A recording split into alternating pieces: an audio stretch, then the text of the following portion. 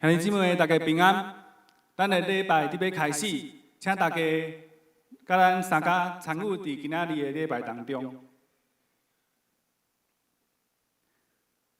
着探耶和华通找到的时阵来找伊，伫伊三更的时阵来求救伊，请走甲。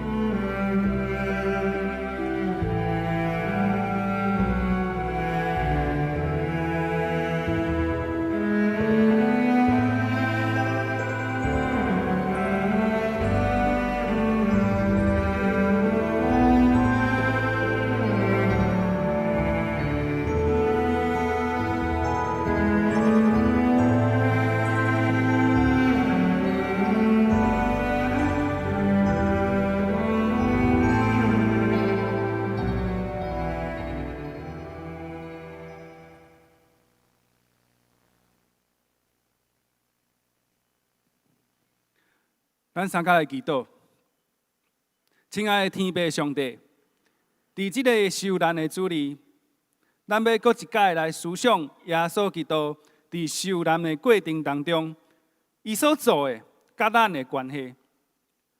咱要透过马太福音的经文，搁一摆了解你的救恩，了解你的拯救是安怎帮助咱得到救。伫遮，我邀请你的信心。 伫即个时阵，就充满伫每一个会友的内面，来帮助咱搁较认捌你。咱的祈祷是奉耶稣基督的名求，阿门。圣经，今仔的圣经伫马太福音27章，马太福音27章，咱要来读11节到26节。马太福音27章11节到26节，请所有的会友。 会当掀开你的圣经，咱三家来读今仔日的圣经。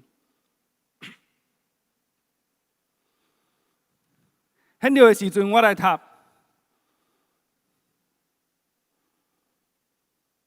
马太福音27章11节，耶稣站在巡抚面前，巡抚问他说：“你是犹太人的王吗？”耶稣说：“你说的是。”他被祭司长和长老控告的时候，什么都不回答。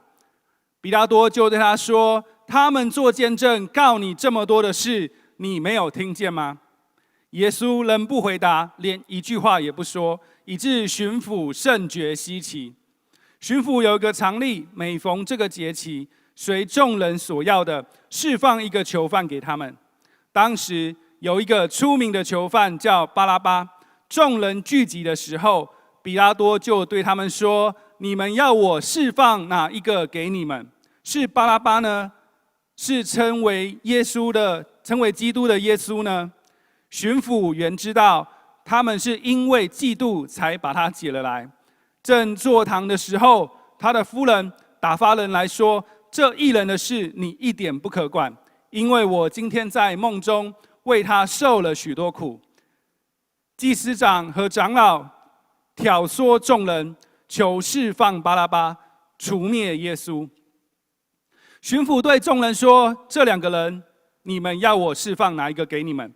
他们说：“巴拉巴。”比拉多说：“这样，那称为基督的耶稣，我怎么办他呢？”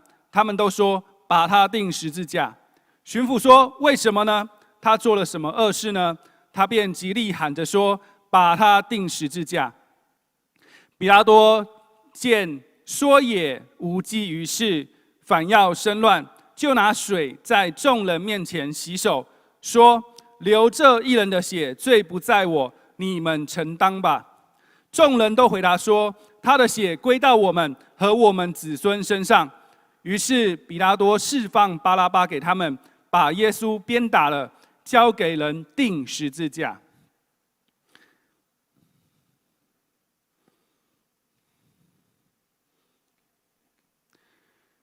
兄弟姊妹，大家平安。伫今仔日一个受难的主日，咱来搁一届来看耶稣基督为咱受难的这个过程当中，咱要学习的是啥物？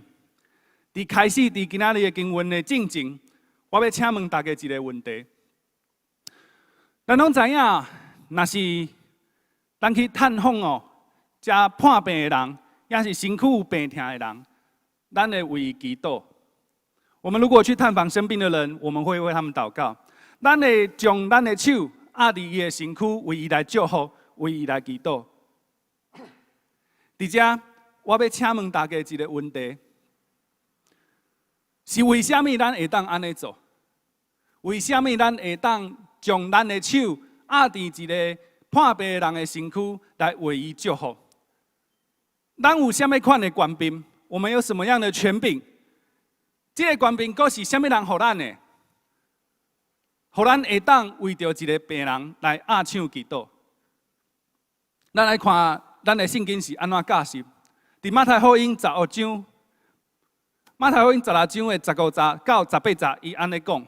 马太福音16章15到18节说，他又对他们说：“这里的他指的是耶稣基督，他们是他的门徒。”这段经文是耶稣基督复活之后，在升天之前，对他的门徒所做的一段非常非常重要的叮咛、提醒，或是一个命令、一个使命。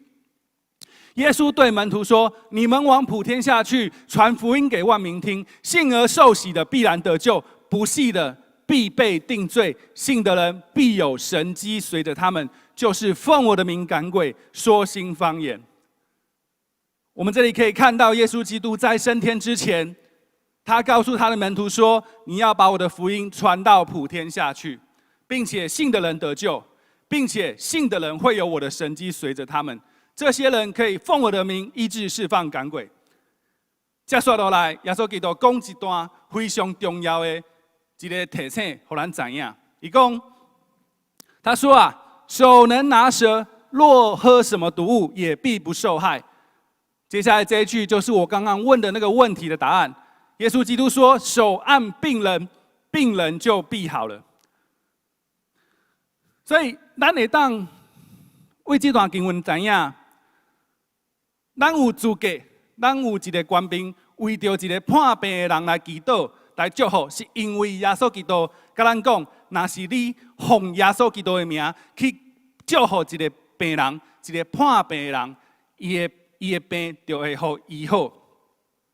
如果你奉我的名去为一个病人祷告，他的病就会得着医治。这是为什么我们可以为一个病人祷告？为什么我们可以祝福病人？因为这是基督给我们的权柄。第二，接下来我要问大家第二个问题。那安尼讲，若是讲耶稣基督甲咱讲，咱会当为着一个患病的人压手祈祷。我请问大家，我请问所有的会友，你敢有一种经验，是你的病痛，你身躯的病痛，不是因为医生给你的药，不是因为你去病院内底注射，是因为圣神透过伊的能力，直接把你医好。你有没有一种经验，就是你身上的病，不是因为医生给你吃药，或是注射，或是打针，而是你透过祷告，让圣灵来医治你，而且你的病的确得着医治。你有这样的经验吗？我们一起来思想这件事情。在这里，我要分享一件事情啊，我要分享一个见证。我的母亲，就是传道妈妈，她在怀我的哥哥的时候，我的哥哥大我5岁，他是65年次的。我妈妈在65年的时候怀了我的兄长，我的哥哥。她把他生下来之后啊，我们都知道，孕妇在生产之后，我们要坐月子。坐月子，我们在这个台湾人的习俗里面，我们会尽量要求这个人、这个孕妇、这个产妇，她不要到处去走动，最好待在家里，不要受风寒，不然她的身体可能会有一些影响。当时啊，可能因为环境不太好，或是我妈妈有点不小心，她就被所谓的就受了风寒被冷风吹到。这个风一吹下去啊，她开始偏头痛。这个偏头痛啊，这个毛病就从民国65年一直跟着我的母亲。不时就会发作。我们有时候几个礼拜发作一次，有时候1个礼拜发作一次，有时候1、2个月发作一次。他每次偏头痛的时候都非常非常的不舒服。好，一直到我23岁，也就是已经过了27年，从民国65年开始算，过了27、8年之后，我跟我的母亲一起在一场聚会里面，我们受洗成为基督徒。教会的牧师在当时也鼓励我们可以为了病人来按手祷告。就在我们2个信主后没有多久有一天我的母亲她的偏头痛又发作，非常的不舒服。她坐在沙发上，我坐在她旁边，然后我妈妈就跟我说儿子，你可不可以去帮我买一颗头痛药？因为我的头痛很不舒服。这时候我想起来说，耶稣曾经跟我们说过，我们可以按手在病人身上为他祷告，他的病会好。我就跟我妈妈说，妈，你吃头痛药也不是办法，下次还会再痛，还会再发作。我先帮你祷告，如果我祷告你还是痛，我就去帮你买普拉疼，我就去帮你买头痛药。我妈妈说好，我就把手放在我妈妈的身上，我就奉耶稣基督的名为她医治，奉耶稣基督的名将医治的恩膏膏抹在她的身上，求圣灵充满在她里面医治她。最后我说奉耶稣的名祷告，阿们。据我母亲的说法，她说当我说阿们的那一刻，她的头痛马上得着医治。我刚才说了，那个时候是我23、24岁的时候，到今天总共16年的时间。我母亲从那天开始到今天，她的偏头痛从来没有再发作过一次。从此她不再需要吃普拿疼，不再需要吃头痛药。我的母亲到了哪里去，当她讲到耶稣基督在她身上做的美妙的事情的时候，她一定会讲这一次的见证。她一定会要讲耶稣怎么样透过一个祷告，透过一个我们对他信心的呼求，从此永远的医治他的偏头痛。兄弟姐妹，我相信在场的人，你一定捌听过这款的见证。若无，你家己嘛有这款的经验，就是圣神直接给你医好你的病痛。所以我要请问一个问题咱互医好的这个恩典，这个医治的恩典，跟耶稣基督有什么款的关系？耶稣基督伊做了什么代志，所以咱会当得到医好？伫以赛亚书53章的第5节，以赛亚书53章第5节，他说：“哪知他为我们的过犯受害，为我们的罪孽压伤，因他受的刑罚，我们得平安；因他受的鞭伤，我们得医治。”弟兄姐妹，你发现了吗？你敢有看到这段的经文？咱即马透过这段经文，阮非常的清楚知影，咱会得到医好，咱会得到医治的这个恩典，是因为耶稣基督在受难的时阵，医好的鞭打，他被罗马兵丁用很可怕的鞭子打伤在他的身上，他皮开肉绽。以至于我今天有机会在跟神祷告的时候说：“耶稣基督，我求你医治我。”我们可以得着医治。这个医治不是平白无故而来的，它不是没有任何缘由而来的，它是因为耶稣基督为我们受了鞭伤，你我才有机会得着医治。所以从今天以后，为今仔日开始，兄弟姊妹，你爱知影一项代志，你爱会记你一项代志，那是你得到医好。若是你得到信心来的医治，你要知影是因为耶稣基督为着咱受到这个鞭打。你要记得，我们得着医治，是因为耶稣基督为我们受了鞭伤。所以我们现在要来看一下，耶稣他在受难的过程当中，到底为我们承担了哪些事情，为我们赎上了什么罪价，以至于你今天跟我们可以平安的坐在这里。领受他的祝福，还有他的救恩。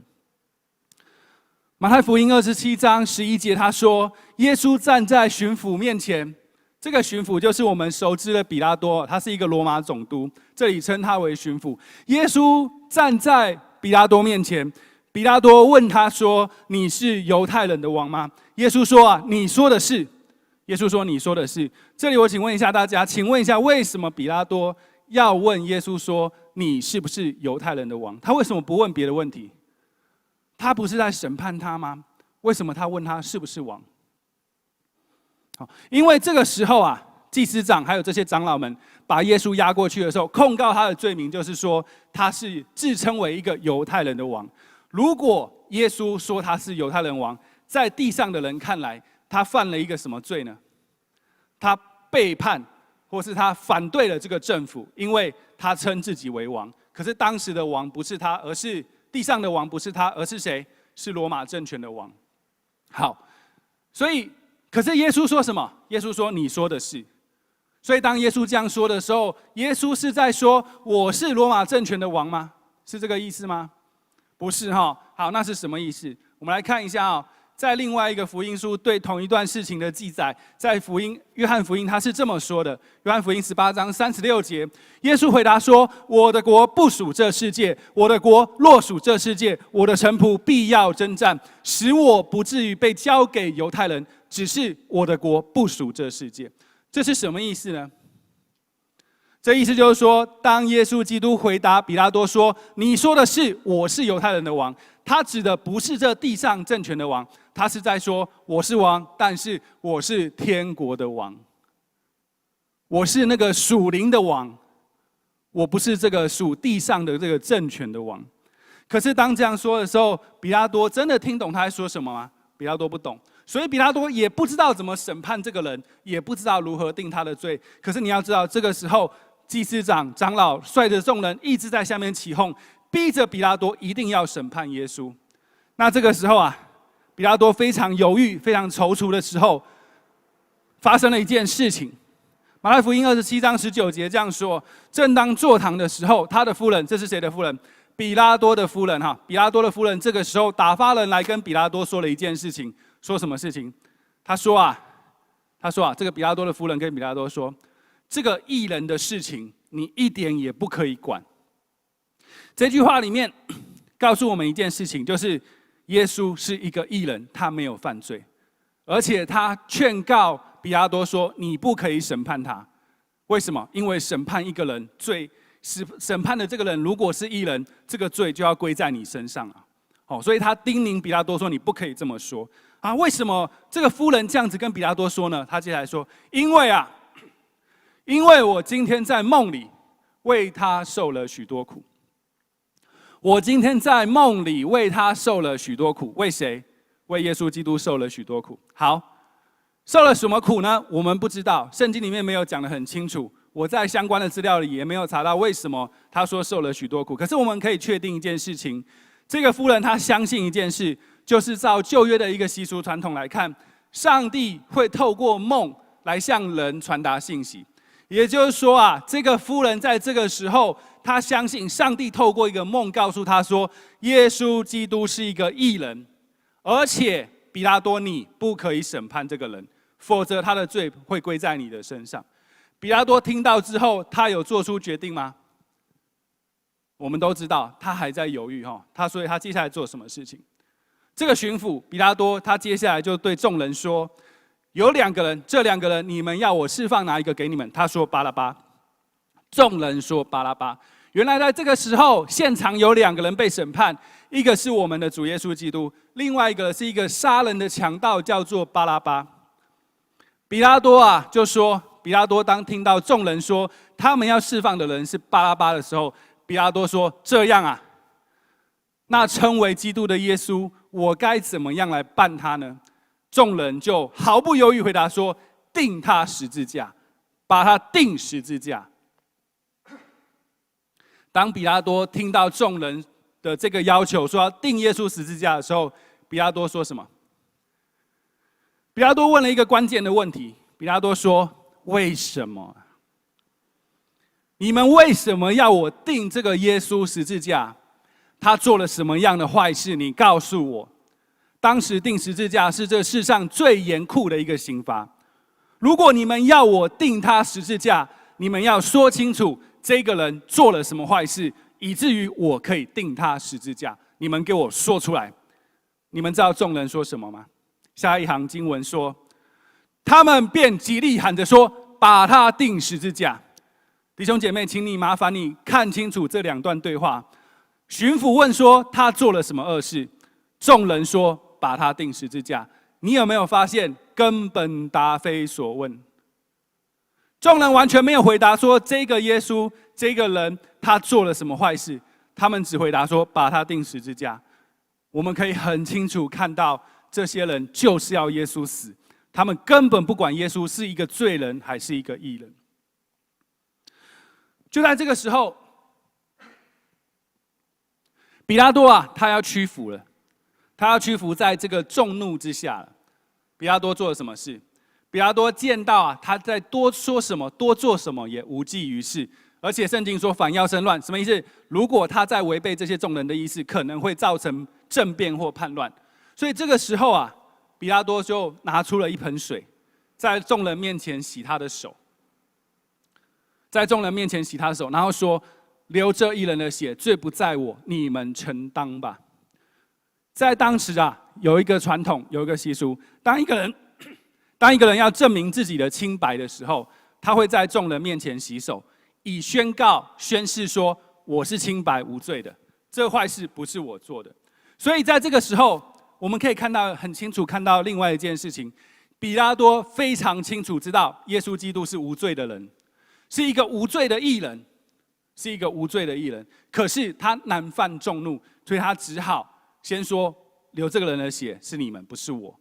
这个罪不要归在我身上，是你们要他死，不是我要他死。”当比拉多做了这个很没种的这个决定的时候，你知道众人什么反应吗？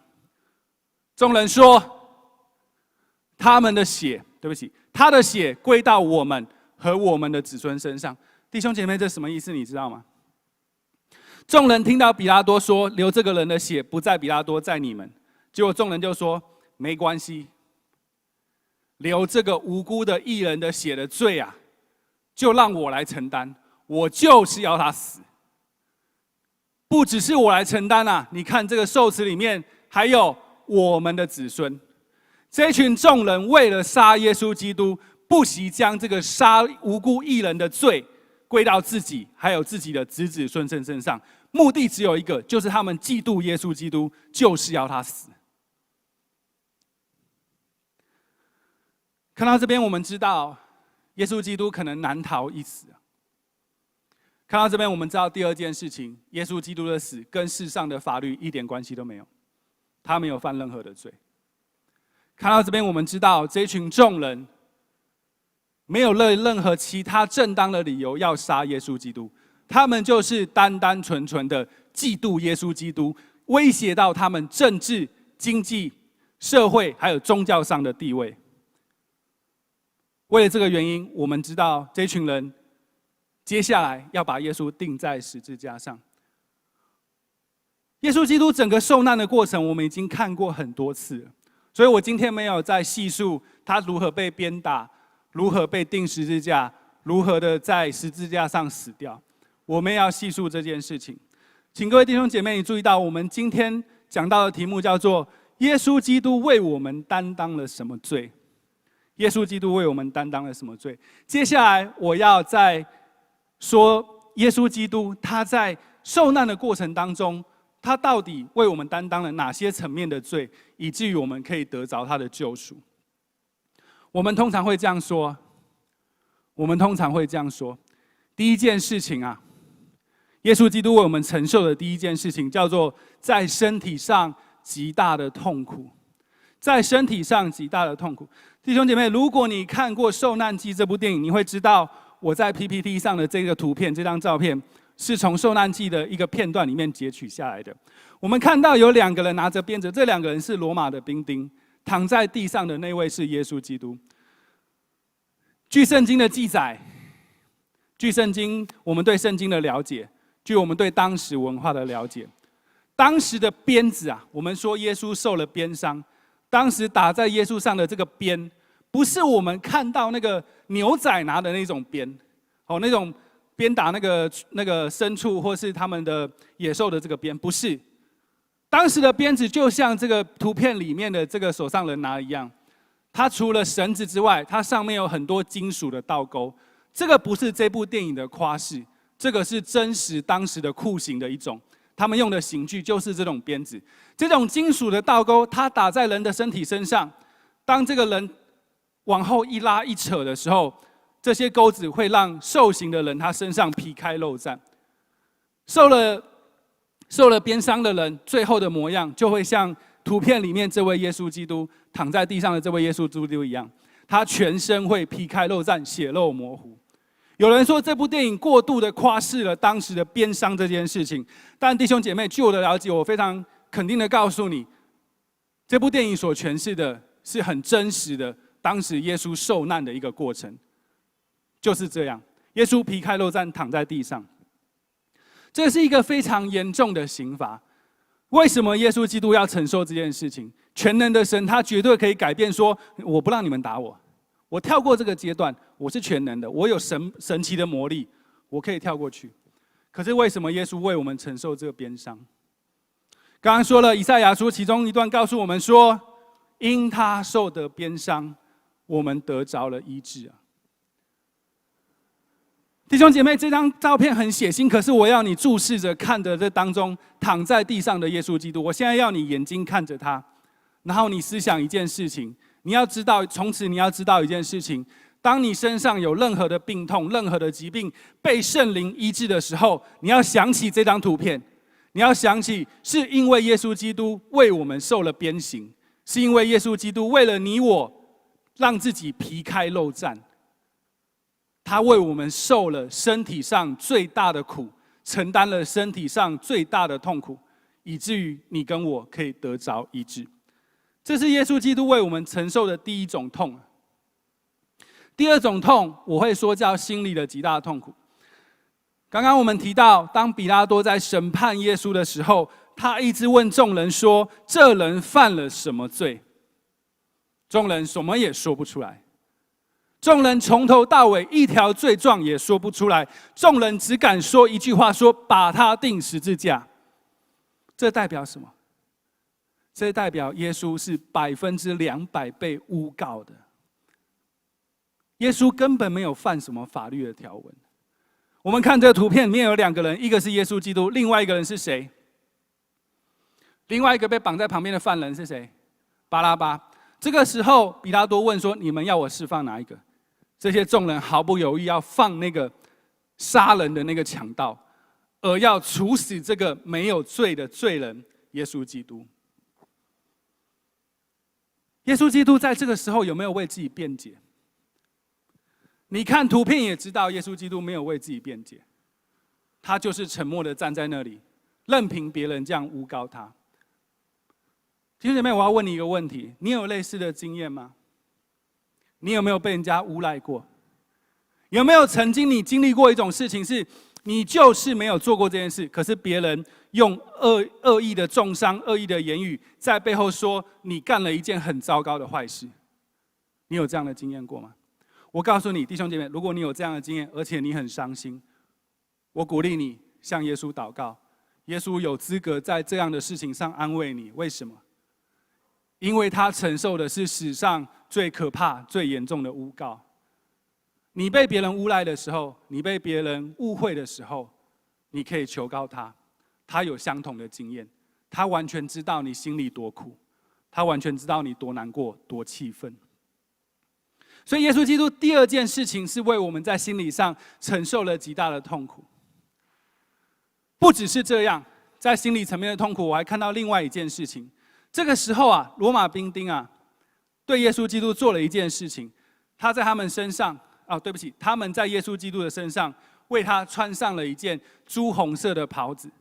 另外一卷福音说紫色的袍子。弟兄姐妹，我们看一下十字架上挂了一块布，是不是紫色的？就是为了纪念当时受难的耶稣。这一群士兵啊，在他身上穿上了这个袍子，然后我们都知道，他用一个荆棘的冠冕硬是的刺进耶稣基督的头皮里面，然后做什么？吐他口水，再拿棍子打他。这还不只是这样，他们跪下来拜他说：“哈哈哈，你这个犹太人的王啊，连自己都救不了！”嘲笑他，戏弄他，霸凌他。弟兄姐妹，我认为这是耶稣基督为我们在心理上承受的一个极大的痛苦，就是被人戏弄、被人霸凌、被人嘲笑。我在这里做出第二个邀请，弟兄姐妹，如果你曾经被人嘲笑过，你曾经在成长的过程中，在学校被人霸凌过，如果曾经有人这样对待你，如果曾经有人在众人面前戏弄过你，让你非常的不堪，你永远无法忘记当时发生那件可怕的事情，我鼓励你向耶稣基督祷告。为什么你可以向他祷告？因为耶稣基督他承受过一样的事情。我们看这张图片，你有没有看到在你的右手边的这个士兵，他在跪下来拜他，他真的在拜他吗？不是，他在嘲笑他。如果你有类似的经验，我鼓励你跟他祷告，因为基督知道你的苦。这是耶稣基督为我们承受的第二种痛苦，就是心理上极大的痛苦。还有第三种，耶稣基督为我们承受的第三种痛苦，我认为是叫做与神隔绝的痛苦，你也可以说是灵魂上的极大痛苦。为什么这么说？来，我们来看一下马太福音27章46节有一段经文这么说：约在申初，这个时候耶稣已经被钉在十字架上。约在申初，耶稣大声喊着说：“以利，以利，拉玛撒巴各大尼。”我再念一次：“以利，以利，拉玛撒巴各大尼。”我相信在场有人知道这句话什么意思，不知道的没有关系。他有翻成中文。这句话意思就是说：我的神，我的神，为什么离弃我？我的神，我的神，你为什么离弃我？在50节的地方，耶稣大哼喊叫，气就断了。也就是说，这句话是耶稣基督在这个世上生前所说的最后一句话，就是我的神，我的神，为什么离弃我？弟兄姐妹，你在别的福音书可能会看到别的记载，你在别的福音书可能会看到耶稣在生前说的最后一句话可能是别的，但是在马太福音里面，马太记载的是我的神，我的神，为什么离弃我？弟兄姐妹，这句话什么意思？我用这个角度跟大家分享这句话什么意思。我在初信的时候的那几年，我曾经想过一个问题，就是到底圣经里面讲的地狱是什么意思？到底那个我们永远在里面会永远受苦的那个地方，那个人们想象里面会有上刀山下油锅的这个地方，这个地狱到底长什么样子？圣经里面或是在历代的我们对这个信仰的认识里面，有没有详细叙述过这个地方到底什么样子？我问了很多牧师，很多人，我也去问我们辅大的神父，大多数人没有办法太具体的描述这个地狱什么样子。但是有一次我问到一个答案，让我觉得我非常能接受这个回答。当时的有一位神父跟我说：“小义，你知道吗？我们无法叙述地狱长什么样子，但是我可以告诉你一件事情：我们相信，只要没有神的地方就是地狱。我们相信，只要没有神同在的地方就是地狱。”弟兄姐妹，你看一下，耶稣基督他在最后断气之前，他跟天父讲了一句话，他说：“我的神啊，你为什么离弃我？”你知道，在这个当下，我们相信发生了一件事情，就是天父上帝暂时离开了耶稣基督。我接下来问大家一个很严肃的问题，我请问一下，在这个时刻，上帝真的离开耶稣了吗？我们不确定，对不对？可是弟兄姐妹，我要跟你分享，我相信当时上帝真的完完全全离开了耶稣。离开了耶稣多久我不知道，如何离开他我不知道，但是耶稣基督如此的说，绝对不是一个乱说的谎话，或是只是一个比喻，不是。他为我们承受的第三种痛苦，也就是灵魂上极大的痛苦，叫做神完全的与他隔绝，完全的不跟他同在。弟兄姐妹，我们很难想象这种感受。什么叫做神跟我完全的隔绝？什么叫做神完全离开我？我可以非常200%的确定的告诉你，你没有办法体会这种感受。你知道为什么吗？因为爱我们的上帝不可能离开我们。神说：“我总对你不离不弃。”神说：“这世上没有任何一件事情可以隔绝你跟我之间的爱。”所以弟兄姐妹，我们要非常庆幸一件事情，你跟我都不可能经历过这样的痛苦。也许你会继续问我，如果我是那种从此已经很长一段时间没有来教会，很长一段时间没有祷告、读经、灵修的那种基督徒，请问一下，是不是神已经与我隔绝？我也要非常非常200%确定的告诉你，你还是没有与神隔绝。为什么？因为神会不会离开你，不是取决于你主观的决定，而是神他已经应许，只要你曾经认我为主，我永远与你同在。所以弟兄姐妹，也许你现在正在电脑前面看着这场直播，这场礼拜，你也听到我刚刚讲的这一段经文，你也听到我刚刚说什么叫做与神隔绝的这个痛苦。可是我要告诉你，就算你是那种很久没来礼拜的人，就算你是那种很久没有祷告、读经、灵修的那样的基督徒，我现在很郑重的告诉你，神没有离开你，一时一刻都没有离开你。你可能会问说，那为什么我感受不到他？弟兄姐妹，我的比喻是这样的，我通常会回答这样来回答这样的问题。我会说，是我们掩面不看上帝。弟兄姐妹，你看十字架跟我的角度，他在那里，我故意不看他，我掩面不看他。但是十字架有没有在这里？有，他永远在我的背后，就像上帝永远在我的身边陪伴我。只是我会掩面不看他。为什么掩面不看他？我不知道，只有你自己知道。但是弟兄姐妹，我对你发出另外一个邀请，就是如果你觉得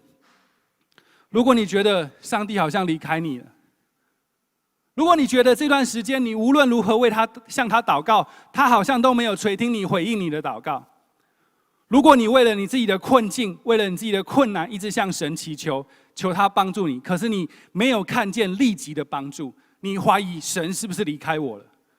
弟兄姐妹，我要告诉你，神没有离开你，这第一件事情。第二件事情，我邀请你向耶稣基督祷告这件事。你直接问他说：为什么我感受不到你？你直接问他说：为什么我向你求了那么久，你就是不甩我？为什么？你不是说你对我永远不离不弃吗？为什么我感受不到你呢？到底为什么？你给我说清楚。你不说清楚，我就每天这样问你。为什么我们可以这样祷告？因为耶稣基督曾经有感受过一样的处境，神完完全全与他隔绝。这是耶稣基督为我们承受的第三种痛苦。我说的这三件事情，都发生在从耶稣基督受审一直到他断气之前所发生的事情。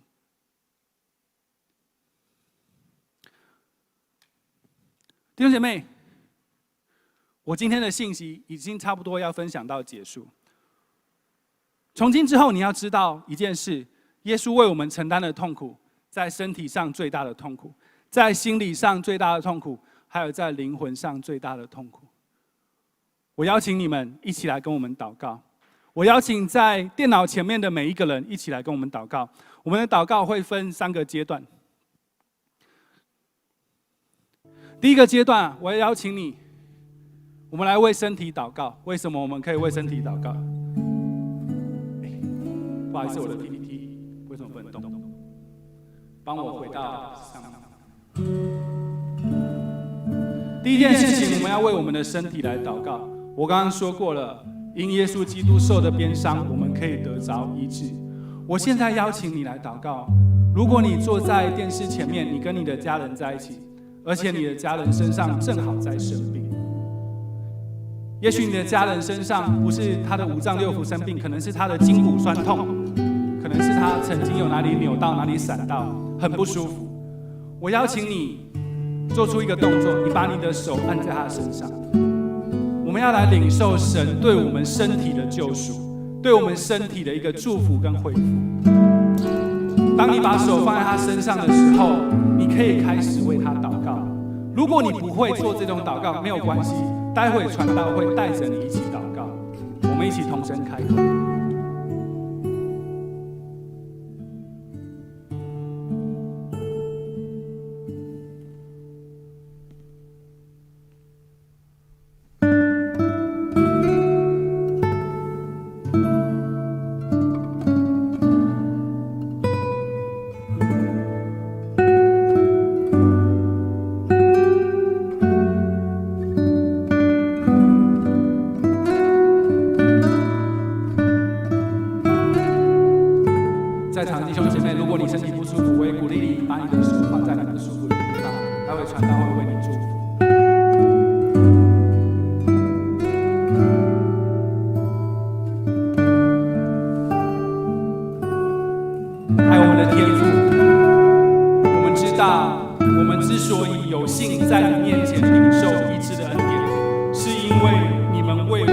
为我们受了那个很残酷、极度痛苦的一个鞭伤。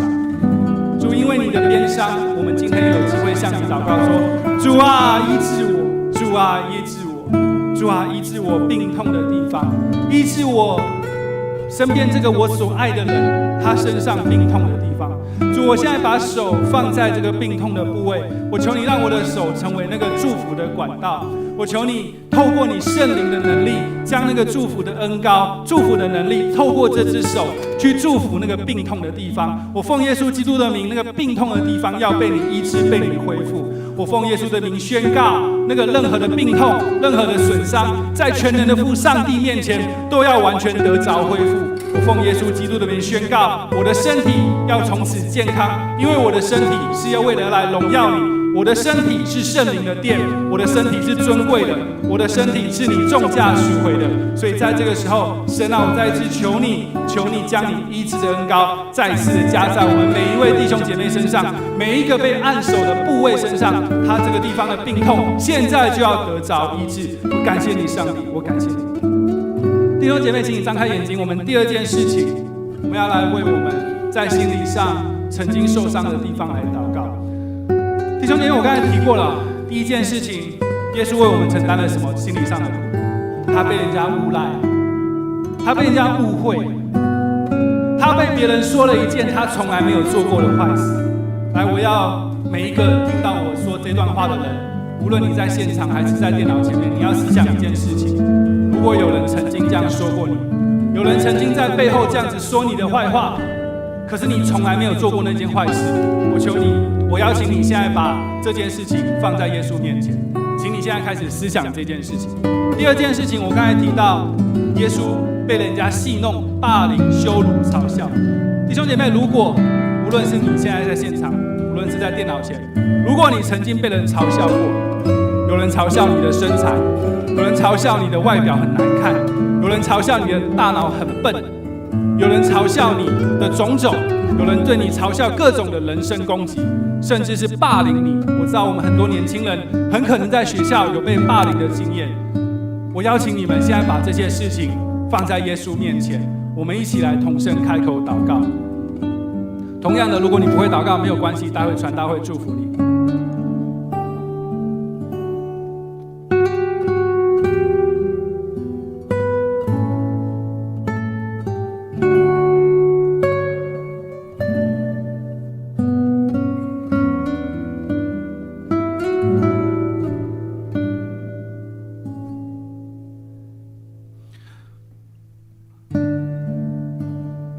亲爱的耶稣基督，我们知道，当你被别人诬告、被别人用言语重伤、控告的时候，你竟然沉默不语，不为自己伸冤。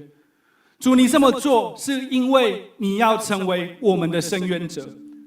你的沉默不语是最大的力量、最大的宣告，宣告着你才是这世上最有权柄的伸冤者。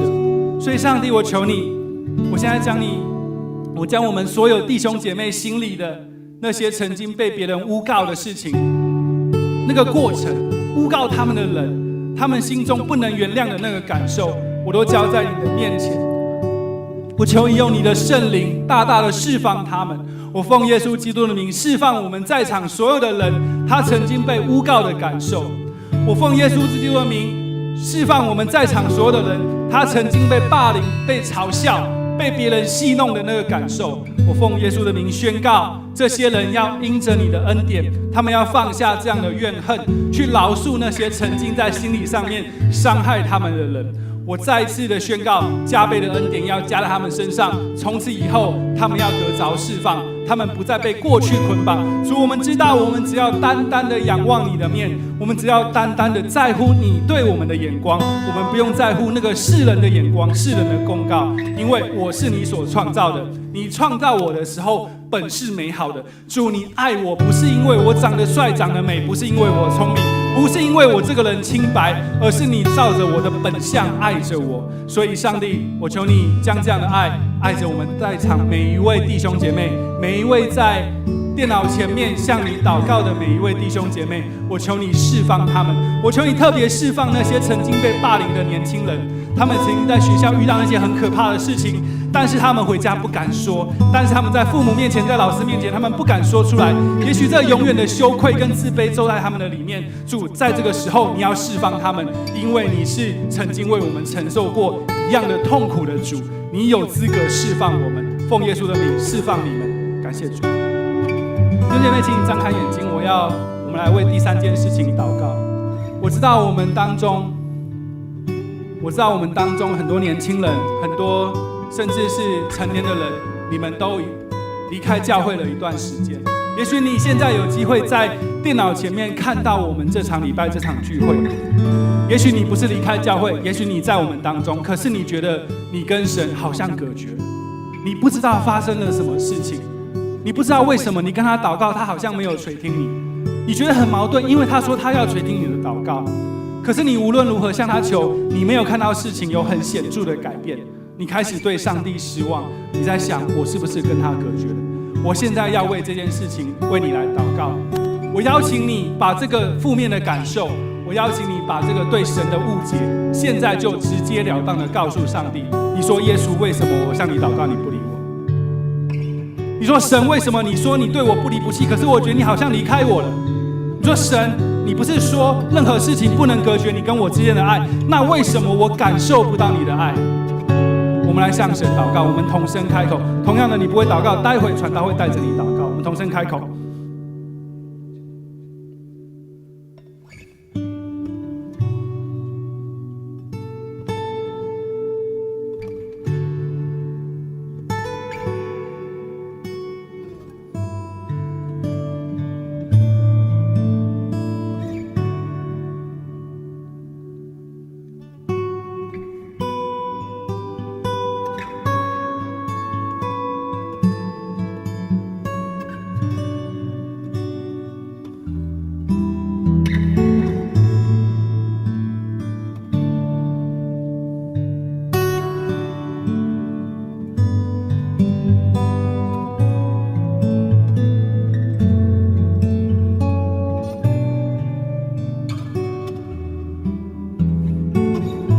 主耶稣基督，你曾经为了我们，你不惜与你的天父上帝隔绝了一段时间。耶稣基督，我们知道，那是因为你要我们知道，你了解我们在与神隔绝的时候承受的那种孤单、寂寞还有无助的感觉。主耶稣，我们在场有弟兄姐妹，他觉得他跟神的关系似乎比以前疏离了很多，甚至他觉得他听不见你，看不见你，也摸不着你，甚至他觉得他就算连读经祷告都不确定你是不是垂听，是不是与他同在。父神，我现在要奉你的名安慰这些人，我要奉你的名对这些人说，孩子，我没有离开你，我是一个信实的神。我说我对你永远不离不弃，我就不可能有一时一刻离开你。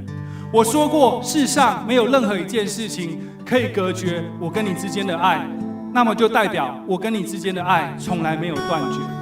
孩子，我要鼓励你每天开始向我祷告。孩子，我要鼓励你每天每日透过圣经的话语来更多的倾听我的声音。孩子，我要鼓励你每天在灵修当中与我亲近，跟我连结，就像枝子连结在真葡萄树上一样，你不要离开我。孩子，我要向你鼓励，你做任何事情都要寻求我的心意，哪怕是你早上起来要吃什么早餐，你都可以问我。这世上任何的苦难不能隔绝你跟我之间的爱，这世上任何的事情无法改变我对你的应许。我要你非常清楚的记得我对你说的这段话，我永不离开你。我也对你说，你要回到我为你设立的这个神的家，也就是教会，你不要离开这里。这是我对你的提醒，你当顺服，因为我是你的神。奉耶稣基督的名祷告，阿们。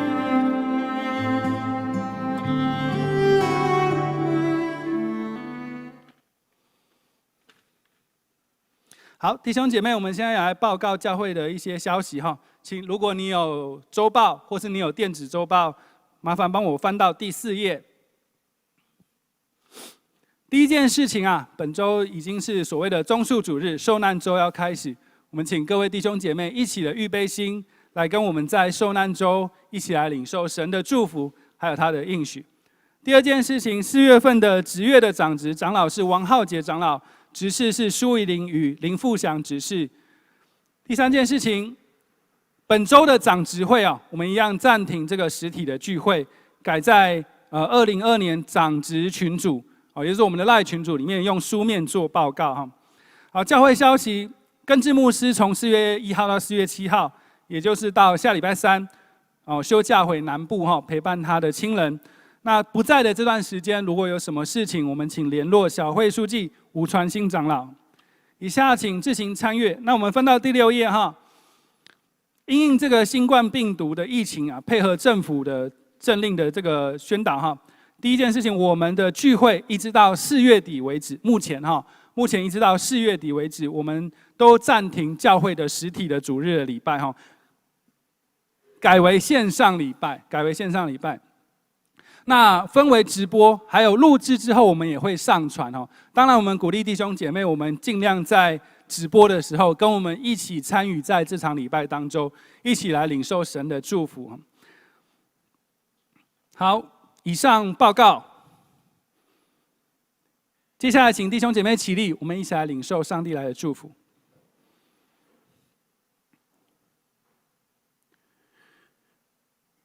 愿我主耶稣基督的救恩、天父上帝的慈爱、圣灵的感动与交通，常与我们众人同在，从今时直到永永远远。阿们。弟兄姐妹，请坐，默祷闭会。